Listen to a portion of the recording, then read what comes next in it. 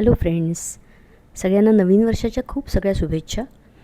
आज आपण एक प्रोटीनयुक्त अशी मिक्स डाळीचे अप्पे आणि त्याच्यातच होणारी दुसरी रेसिपी बघतो आहे. त्याच्यासाठी इन्ग्रेडियंट्स बघा काय घेतले. थोडी कोथिंबीर, कांदे 2, मीठ आहे चवीपुरतं, आल्याचे तुकडे 1-2 मिरच्या, जिरं आणि 2 कांदे घेतलेले आहेत. मी रात्रीभर भिजवून घेतलेले आहेत ह्या डाळी सगळ्या. त्याच्यामध्ये आल्याचे तुकडे, हिरवी मिरची आणि मीठ घातलेलं आहे. मी थोडंसं जिरं घातलेलं आहे. ह्याच्यामध्ये मी हरभऱ्याची डाळ 1 वाटी, हिरवे मूग अख्खे 1 वाटी,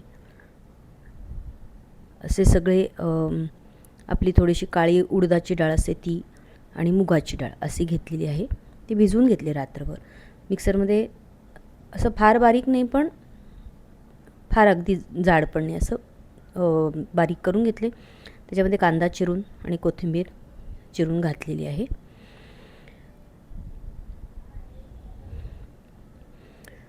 तुम्हाला आवडत असेल तर ह्याच्यामध्ये थोडी मेथी वगैरे पण आपण घालू शकतो. पालक, मेथी, गाजर काही खेसून घालू शकतो. त्याच्यानंतर मिक्स केलं आणि थोडंसं एक हलके होण्यासाठी इनोचं एक अर्ध पाकीट घातलं, पाणी घातलं थोडंसं आणि मिक्स करून घेतलं. अप्पे पात्र गरम केलं, त्याच्यामध्ये तेल घातलेलं आहे थोडं थोडं.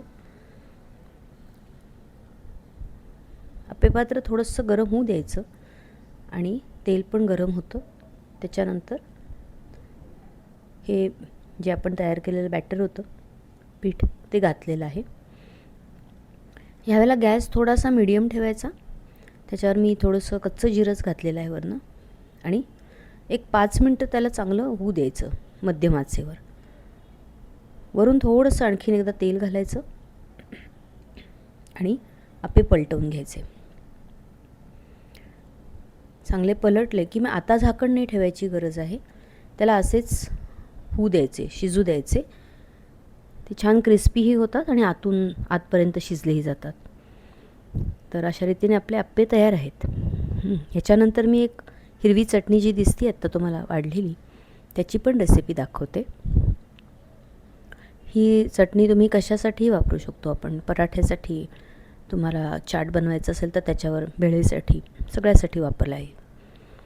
तर त्याच्यासाठी मी कोथिंबीर घेतली आहे. कोथिंबीर छान कोवळी होती त्याच्यामुळे थोडी देठही घेतली आहेत. पुदिना घेतला आहे, 1-2 हिरव्या मिरच्या, थोडंसं मीठ आणि 1-2 चमचे दही घातलेलं आहे. हे मिक्सरवर चांगलं बारीक फिरवून घ्यायचं आणि चटणी आपली तयार आहे. तर ह्याच्यानंतर ह्याच रेसिपीमधून, ह्याच आपण जे बॅटर बनवलं आहे तर त्याच्यातूनच आपण आणखीन एक रेसिपी बनवतो आहे. तर हे आहेत आत्ता केलेले अप्पे. त्याच्यावर थोडेसे दही, चिंच गुळाची चटणी,